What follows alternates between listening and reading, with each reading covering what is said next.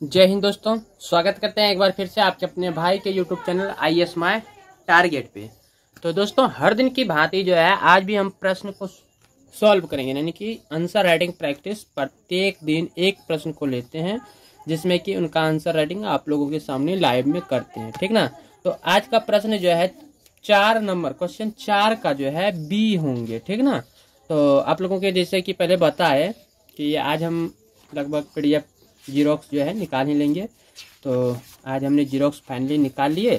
इसमें हम एक ए कवर कर लिए हैं, आज हम कवर करेंगे बी, उसके बाद कल कवर करेंगे क्वेश्चन संख्या 5 को, ठीक है। तो देखिए क्वेश्चन 4 का बी क्या कह रहे हैं। क्वेश्चन 4 का बी कह रहे हैं कि मामले के सार को नजरअंदाज करके रूप के प्रति अविवेक की आसक्ति का परिणाम अन्याय होता है। एक समझदार सिविल सेवक वह है जो ऐसी शाब्दिकता को नजरअंदाज करता है और सच्चे इरादे से काम करता है। उपयुक्त कथन का समुचित उदाहरणों सहित परीक्षण करना है। तो इसमें भी उसी तरह से पूछे, जिस तरह से ए में पूछे उसी तरह से बी में भी पूछे कि ये जो कथन है इनका उदाहरण के सहित हमको उत्तर देना है। तो अच्छी बात है, चलिए प्रयास करते हैं आंसर देने का, ठीक है। तो इसमें भी 150 शब्द ही रहेंगे। आप लोगों को बता दें फिर से, ये एक ही बात को फिर से दोहरा रहे हैं कि आप लोगों को याद होना चाहिए कि आप लोग अपना समय कहाँ व्यतीत कर रहे हैं। आप लोग जो है सिविल सर्विस में मेन एग्जामिनेशन जो 2024 में हुआ था, जनरल अध्ययन पेपर यानी कि जनरल स्टडीज पेपर प्रश्न पत्र संख्या 4 GS4 जो होते हैं, जो कि एथिक्स से रिलेटेड रहते हैं, उसी का प्रश्न सॉल्व कर रहे हैं। ये PYQ है, ठीक ना। CSE UPSC CSE एग्जाम का पेपर 4, ठीक है। तो चलिए प्रश्न आपको दिखा दिए और प्रमाण स्वरूप ये कागज भी दिखा दिए। और प्रमाण स्वरूप यदि इससे विश्वास नहीं है तो आप ओरिजिनल जाके UPSC के ऑफिशियल वेबसाइट से डाउनलोड ये पेपर कर सकते हैं। तो इनको आप हटा देते हैं, कि इनका उतना काम है नहीं।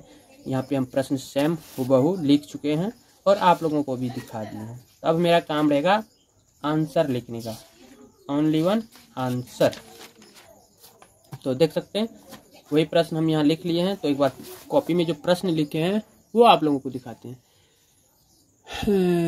तो देखिए, मामले के सार को नजरअंदाज करके रूप के प्रति अविवेक की आसक्ति का परिणाम अन्याय होता है। एक समझदार सिविल सेवक वह है जो ऐसी शाब्दिकता को नजरअंदाज करता है और सच्चे इरादे से काम करता है। उपयुक्त कथन का समुचित उदाहरणों सहित परीक्षण कीजिए। तो उत्तर जो है 150 शब्दों में देना है। तो चलिए प्रारंभ करते हैं बिना समय को गंवाए, ठीक है, क्योंकि समय नहीं गंवाना चाहिए, खास करके इस लाइन में जो रहते हैं, ठीक है। हाँ, शुरू किया जाए। तो बोल बोल के हम नहीं लिखेंगे, कि बोल बोल के लिखेंगे तो थोड़ा भूल भी सकते हैं। और आज हम बोल के इसलिए नहीं लिखेंगे, थोड़ा माइंड डाइवर्ट हो जाएंगे। कि आज आप लोगों को मालूम है आज कौन सा दिन है, 21 अप्रैल 2025, यानी कि स्पेशल डे है। ये स्पेशल डे क्या है, एक UPSC एस्पिरेंट को मालूम होना चाहिए। जैसे हर किसी का बर्थडे एग्जैक्ट याद रहते हैं ना, कि मेरा बर्थडे इतने तारीख को है तो हम अपना बर्थडे मनाएंगे, बर्थडे सेलिब्रेट करेंगे। उसी तरह से आज का दिन एक UPSC एस्पिरेंट क्या, एक UPSC के अंदर जितने भी अधिकारी कार्यरत रहते हैं उनके लिए हर्षोल्लास का दिन होते हैं। तो इनके बारे में आगे हम डिटेल से चर्चा करेंगे। तो आई होप आप लोग भी, यदि एस्पिरेंट लोग देख रहे हैं तो आप लोगों को मालूम ही होंगे आज कौन सा डे है।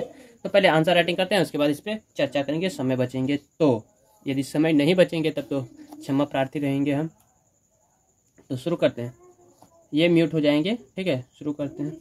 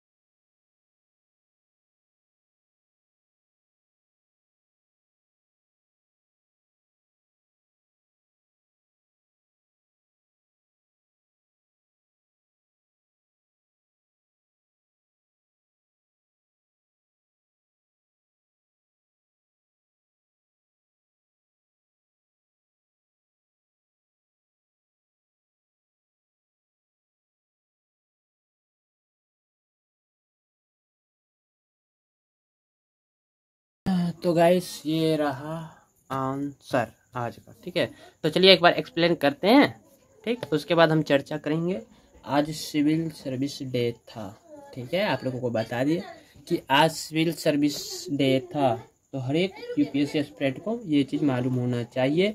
तो देखिए आज हम पहले प्रश्न जो लिखे हैं लगभग इन्हीं से रिलेटेड है। आज का जो सिविल सर्विस डे था इन्हीं से रिलेटेड आज का ये जो प्रश्न का आंसर लिखे हैं। बहुत सारी बातें इससे मेल भी खा रहे हैं। तो आज हम जब न्यूज़ पढ़े पेपर, तो पेपर में भी ये खबरें आई। तो पेपर में क्या क्या खबरें आए, चलिए इनके बारे में भी पढ़ेंगे। उनसे पहले सबसे पहले हम जो आंसर राइटिंग आप लोगों के समक्ष अभी लाइव में किए, तो एक बार पढ़ के सुनाते हैं कि हमने आंसर में क्या लिखे। तो देखिए हम आंसर में पेन को पेन ही रहने देते हैं, ताकि यदि कहीं शब्द गलती कर दिए होंगे तो उनको हम सही कर सकते हैं। तो देखिए लिखे हैं कि वस्तु की अपेक्षा करके केवल रूप पर ध्यान देना अन्याय को जन्म देता है।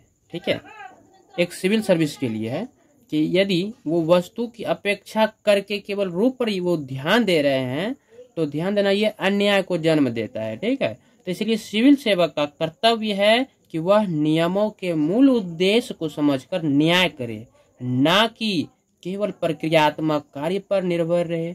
जैसे एक उदाहरण भी मांगे थे यहाँ पे, तो जैसे मैं उदाहरण के लिए हम लिखें, यदि कोई वृद्ध व्यक्ति दस्तावेजों के अभाव में सरकारी सहायता से वंचित रह जाता है तो अधिकारी को उसकी परिस्थिति को समझकर जो है वैकल्पिक मार्ग अपनाना चाहिए। ठीक है, तो एक विवेकशील सिविल सेवक नियमों की आत्मा को समझते हुए जनहित में निर्णय लेता है। एक सिविल सेवक जो है वो विवेकशील सिविल सेवक नियमों की आत्मा को समझते हुए पूरा आवाम, वहाँ पे जो जनता है उनके कैडर में, मतलब जो एरिया में काम कर रहे हैं उनका जो आवाम है वहाँ का, उनके हित में वो निर्णय लेता है। इसी दृष्टिकोण से प्रशासन में मानवता और न्याय का समावेश संभव है। ठीक है, ऐसा नहीं कि अंधानुकरण केवल अन्याय को बढ़ावा देता है। यदि अंधानुकरण में पड़ता है तो ये अन्याय को बढ़ावा देगा। तो यही आज का आंसर था। तो कमेंट बॉक्स में बताइएगा आंसर आज का कैसा रहा। तो चलिए सिविल सर्विस डे पे चर्चा करते हैं। उससे पहले हम पेपर ले लेते हैं। ठीक है, तो ये तो शॉर्ट न्यूज़ था मधेपुरा सुपौल भास्कर, इसको साइड कर देते हैं। तो इसमें हम आप लोगों को तो बता ही दिए थे पहले दिन के हम पेपर में क्या पढ़ते हैं। तो आज रात्रि भी बहुत ज़्यादा लगभग होने वाले हैं।